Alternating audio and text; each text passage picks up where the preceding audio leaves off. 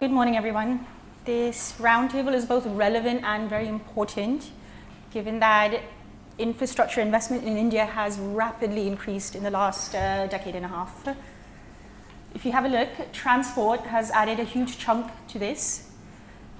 And in line with this investment, the urban population growth rate has been much higher than the rural and the total as well.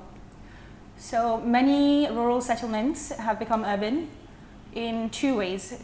There are new statutory towns developing. These are notified. These are the municipality level towns. And you also see many de facto towns, which are basically rural areas which meet certain minimum requirements as per the definition of the, given in the census. For example, density and percentage of working population not involved in agriculture. So if we look at the census data, most of the new towns between 2001 and 2011 were actually not notified. They were the de facto towns. Now this is a problem for two reasons. The constitutional arrangements, which empowers these bodies to develop certain types of infrastructure, does not allow rural bodies, these de facto towns, to do any sort of urban or town planning. So most of the new towns between 2001 and 2011 were basically unplanned. In parallel, it does allow these rural bodies to provide for roads and bridges, even if at the local level their capacity might be insufficient. So say they are building roads and bridges, unless you build them with the right quality, you end up in a situation where even without a hazard or a disaster, the bridges are falling. So standards are essentially a tool to address quality improvement. So as Mr. Kishore had pointed out, there are multiple sources of standards in India. You have statutory standard setting bodies such as the BIS, you have private entities whose standards are adopted by statutory bodies, for example, the IRC and the National Highways, and then international standards where there are gaps in the Indian framework, and those are adopted. Now the issue here really is that the process of developing these standards itself is not standardized. So for example, the BIS has a process defined as per the law, which is similar and very close to the internationally accepted process of developing standards. However, this is not the same for other entities. So the safety that the standard you're adopting what safety it provides may be varying. So how do we standardize this process? The US has a very nice system because they have hundreds of standard setting bodies and they're all competing against each other, so they have an incentive for accreditation in the actual standard making process. And the US accreditation certificate requires the process to be as per the international best practice. Now India has very recently, just last year, under the Quality Council of India, developed the accreditation program for standard development organizations. The process, if you look at it, is quite similar to the US, Canada, ISO.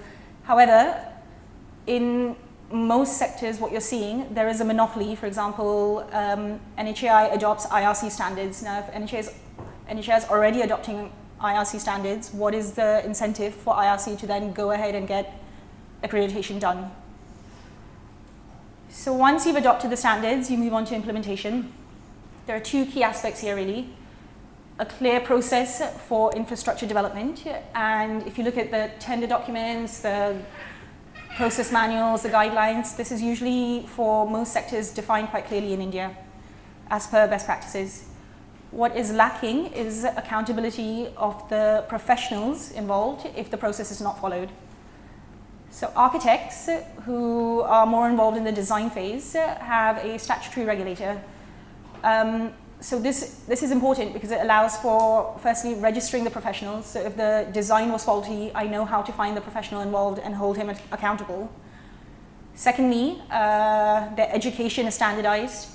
They're standardized and regulated for minimum standards. Code of ethics, and also, as mentioned before, the role of licensing to firstly vet the architect's skills and then allow for continuous improvement. Now, a corresponding regulator for engineers and for town planners is missing. And it's a funny story. So in 1970, the Planning Commission recommended a statutory regulator for engineers. Since then, there have been at least 4 draft bills circulated, some tabled, but none have been enacted. So the result is the number of very highly competent engineers might be lacking in India. So this basically ends up 3 issues emerge. Firstly, obviously, when you're actually developing the infrastructure, you need highly competent engineers for approvals in design, planning, construction, etc. Now, if you're developing large infrastructure and you don't have in-house capacity for giving these approvals, you might think of outsourcing this role to competent engineers in other organizations. Based on conversations with domain experts, we understood that a lot of these are in fact full-time faculty members, and bringing them in to do a full-time role for the approval of the various stages in infrastructure development is actually coming at the expense of the education and competence of future engineers. And thirdly, of course, when you're actually developing the standards, you need competent engineers to make sure they are appropriate. So that also becomes an issue.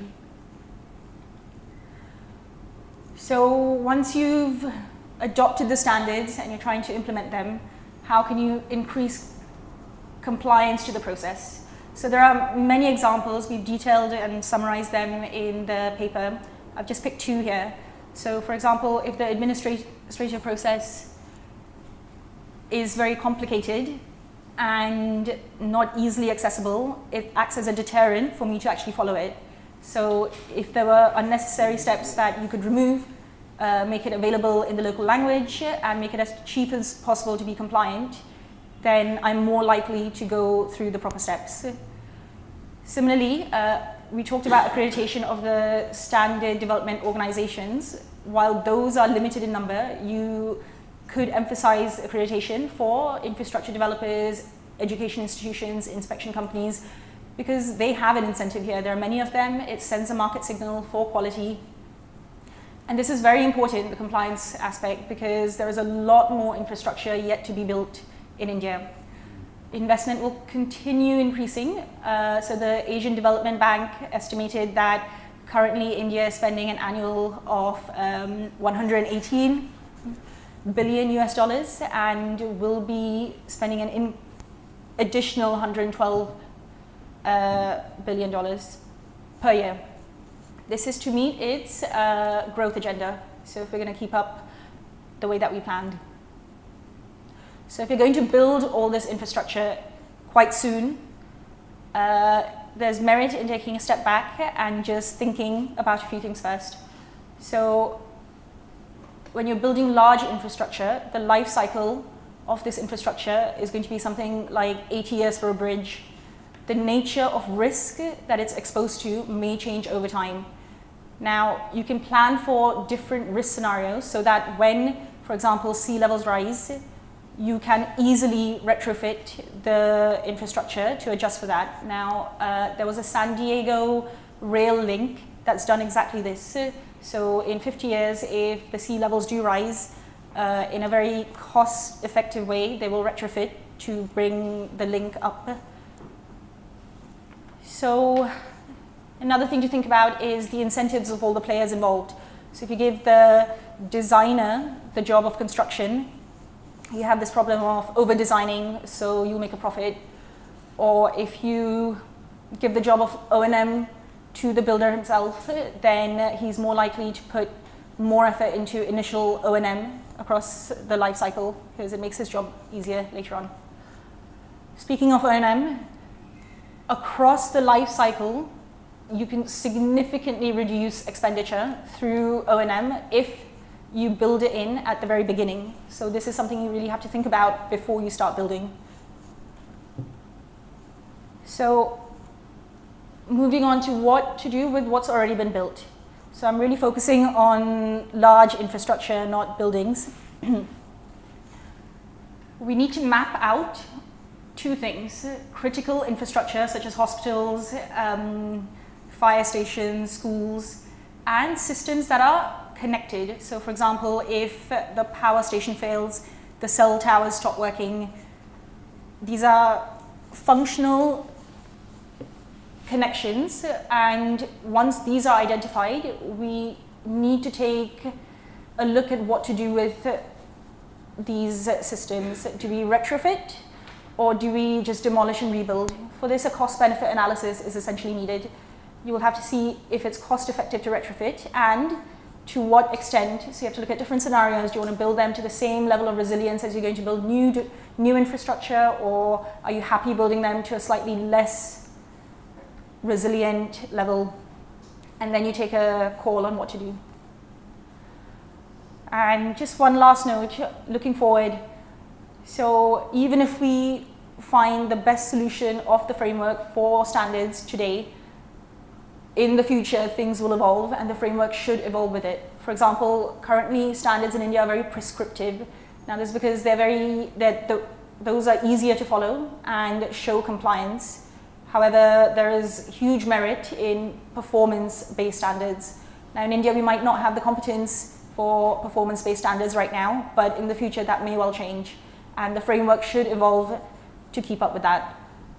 And most importantly, we need to develop an entire system that allows for continuous reviews and updates, not just for standards, but zoning for all types of hazard, not just for earthquakes, so that we can finally end up in a situation where we have standards in each zone for each type of hazard, which is continuously updated, reviewed at least, and then updated if necessary. Thank you.